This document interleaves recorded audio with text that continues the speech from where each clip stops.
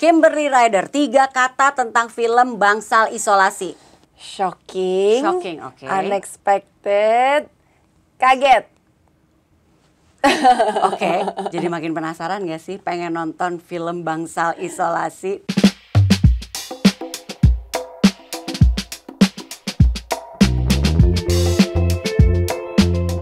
Moms, kita ketemu lagi di Moms Talk edisi kali ini. Saya Novita Inci, Editor-in-Chief Mother and Beyond, akan ngobrol-ngobrol dengan seorang ibu dan ada putrinya. Putrinya sih kita nggak ajak ngobrol ya, duduk bareng aja nggak apa-apa ya Aisyah ya. Kita akan ngobrol-ngobrol sama Kimberly Ryder, salah satu pemeran di film Bangsal Isolasi. Film Bangsal Isolasi ini mengisahkan tentang seorang jurnalis yang menyamar sebagai narapidana di penjara khusus perempuan untuk mengungkap kasus kematian adiknya yang tidak wajar di penjara tersebut. Nah, menarik banget nih untuk kita tonton ya. Tapi sebelum kita nonton di bioskop, kita ngobrol-ngobrol dulu sama Kimberly. Apa kabar Kimberly? Baik, ini sorry ya, ini tiba-tiba dia hari ini nempel banget. Okay. How are you Aisyah? How are you? Good? Oke, good. Yes, good. Coba cerita tentang film Bangsal Isolasi. Tadi kan shocking, pasti dimulai dengan shocking tadi. Oke, jadi penasaran nih. Terus kaget, terus unexpected ya.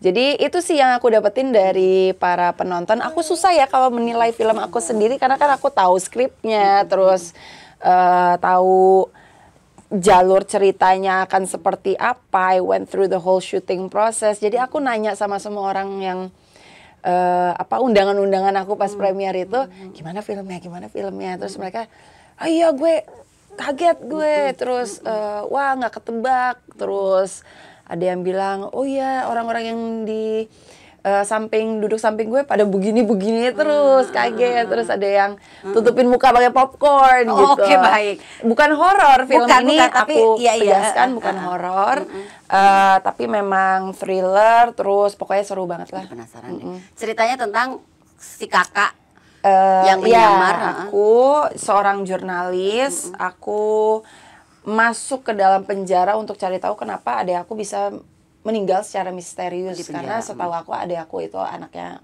baik. Terus dia itu masuk penjara karena salah pergaulan. Ya, itu salah satu ini sih pesan dari film ini, lo jangan salah pergaulan. Benar. Jadi ada double tuh ya, selain mengangkat tentang misteri kematian, ada pesan juga, bener salah pergaulan gini nih akibatnya. Ada banyak sih sebenarnya. Jadi film ini bukan cuman entertaining, tapi dia ada banyak pesan-pesan yang tersembunyi lah ya di dalamnya. Kimberly di situ karakternya sebagai apa?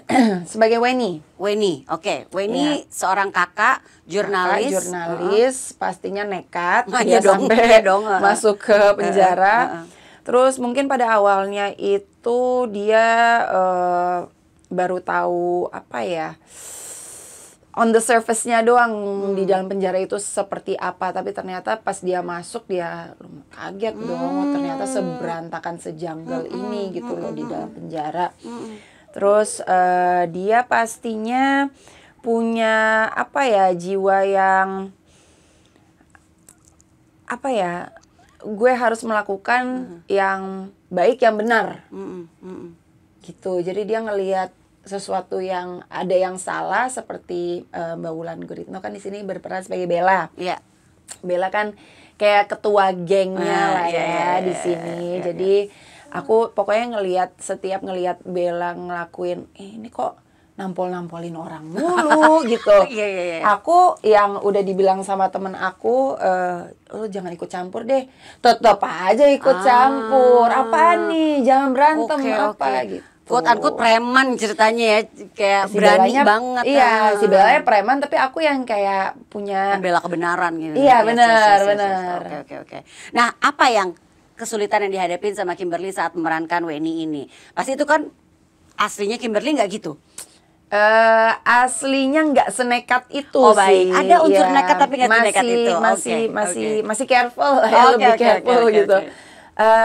Susahnya itu mungkin karena ini ya bisa dibilang kayak project comeback aku lah ya, karena kan udah sekian lama aku nggak syuting, apalagi project sebesar ini. karakternya salah satu main karakternya. Betul. Jadi sebelumnya kan emang sibuk dengan ngurusin anak-anak. Ya exercise-nya cuman itu lari-lari after anak-anak kan. Jadi balik lagi ke sini ada scene fighting ya harus apa namanya? Harus ada push up-nya dikit, ada stretching-nya segala macam supaya lebih fit juga karena kan ada scene fighting-nya sama Mbak Wulan. Itu Mbak Wulan kan nge-gym banget orangnya kan. Benar.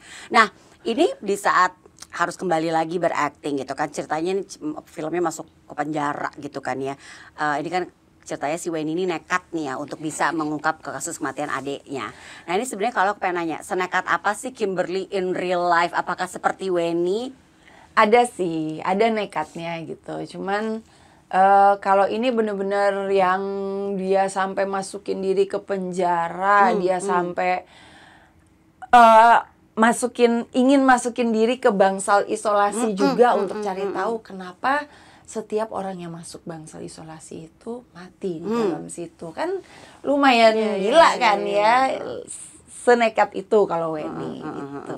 Tapi kalau the real you nggak sampai segitunya sih. Nggak sampai segitunya. Tapi kalau ini kan ceritanya juga tentang Weni yang sangat dekat dengan adiknya. In real life, Kimberly juga dekat sama siblingsnya. Dekat sih, ya lumayan dekat. Kita apa ya relationshipnya tuh? Kalau let's say Weni dan Ratna, kan adiknya Ratna nih, dia itu karena memang mereka yatim piatu, they only have each other. Mereka deket banget lah ya, sisters banget gitu loh. Kalau aku sama adik aku itu yang lebih kayak love hate relationship gitu loh. Iya. Pada umumnya kan emang siblings kan kayak banyak love hate relationshipnya. Yang kayak kalau cipika-cipiki itu jauh-jauhan gitu, nggak mau pegangan gitu. Oke. Tapi deep down inside gitu, we love each other and we take care of each other. Gitu. Oke. Apa pengalaman yang paling menarik selama menjalani syuting film Bangsal Isolasi ini?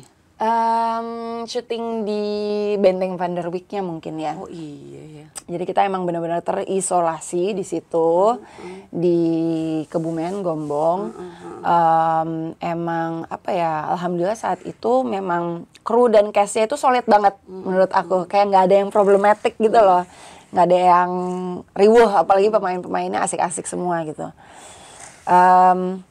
Terus iya kita jadinya tiap hari syutingnya di situ dan pokoknya dari berapa belas shoot days itu cuma 1 hari doang yang nggak di Benteng.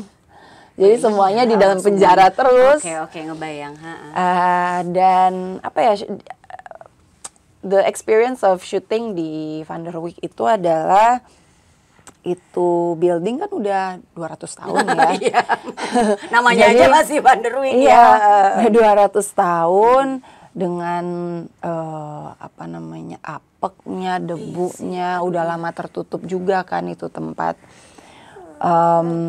Terus kita masuk situ masih ada bau-baunya segala macam. Walaupun sudah dibersihkan, cuman nggak bisa semuanya juga dibersihkan gitu.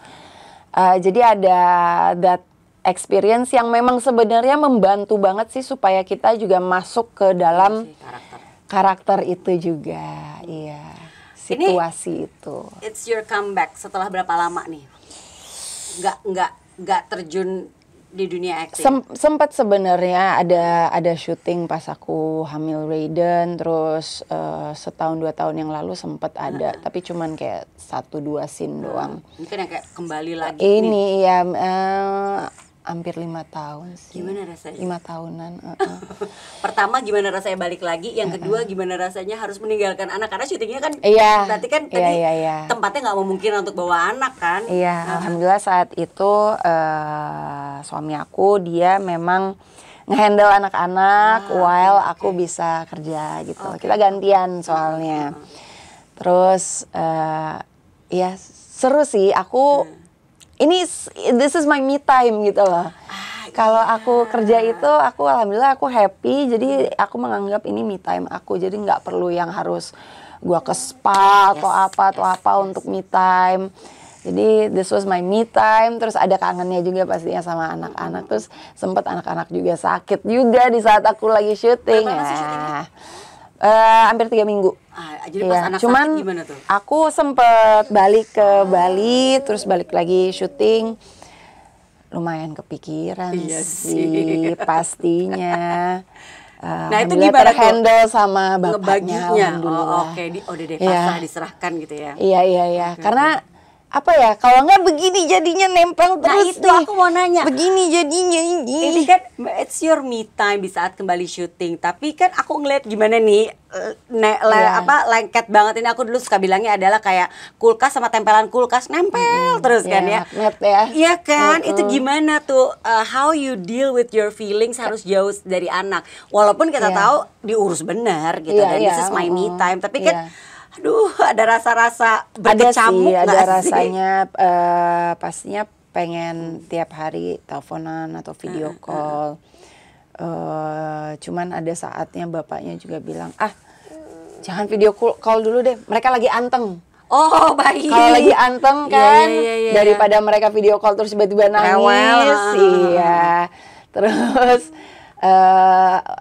insya Allah sih kayak tahun ini aku mau masukin mereka sekolah. Jadi hopefully karena itu kan, jadi I have more time to work. Mereka juga bersosialisasi sama teman-temannya, ada kesibukan sendiri kan. Agak ke distract jadi ya. Agak ke distract, iya. Cuman pastinya nanti akan kangen begininya nih. Iya sih, betul sih. Begini. Kimberly hands on banget sama anak-anak. 5 tahun cukup lama lah untuk bisa dibilang ya vakum ya, sesekali masih syuting. Apa yang memutuskan Kimberly untuk aku mau fokus dulu atau memang apa nih sampai cukup lama loh vakumnya? Karena suamiku juga saat itu bilang, kamu jangan kebanyakan kerja dulu deh, karena ini kan golden age buat anak-anak. Mendingan I create that bond dulu sama anak-anak supaya dekat. Karena kalau misalkan aku terlalu lepas kepada, let's say, kalau misalkan kita ada babysitter atau ada mama aku atau saudara atau apapun itu, jatuhnya nanti anaknya nggak kayak kita. Iya sih. Malah lebih kayak orang yang megang. Iya sih. Gitu. Jadi bukan anak kita, malah anaknya babysitter. Iya benar juga. Iya. Gitu. Betul. Tapi emang dari kecil nggak pernah ada babysitter sih. Mungkin also due to the fact that aku nggak pernah punya babysitter aku sendiri. Jadi aku nggak pernah ngerasain hal itu dan ngerasa kayak gue nggak butuh banget gitu. Mungkin itu juga salah satu faktornya. Terbayar dong kerinduannya lama, ya vakum lah ya. Terus habis itu main di sebuah film yang wow gitu kan, surprise maksudnya banyak kejutannya gitu kan. Akan siap kembali lagi kah? Sebenarnya udah ada beberapa project. Nah, gimana? Sudah siap dong pasti. Dan nanti Siap gimana dong. nih sama anak-anak? Kayak salah satu solusinya adalah anak-anak udah sekolah dulu deh gitu. Iya. Dan emang mereka juga udah saatnya sekolah anyway sih, karena udah mulai rusuh di rumah. Jadi emang harus dicari kesibukan. Yang kakak apa yang adek nih? Dua-duanya. Oh baik. Oke. Dua-duanya. Sepasang ya. Yang satu yang laki-laki banyak, ya you know lah, kalau laki-laki kan emang energetik banget. Kalau yang ini banyak ini dia masuk kulkas, mau ngambil makanan, terus tiba-tiba gitu. ngambil makanin apapun yang di dalam kulkas ya. Ya, jadi pengen tahu deh. Berarti dia bukan picky eater nih kategorinya ya, karena gampang gitu kan. Enggak. Apa yang Kimberly rasain tantangannya menjadi ibu? Tadi kan tantangan sebagai Weni, tantangannya menjadi ibu nih. Tantangan sebagai ibu adalah keep your cool. Itu tantangan banget sih. Bener sih, setuju sih.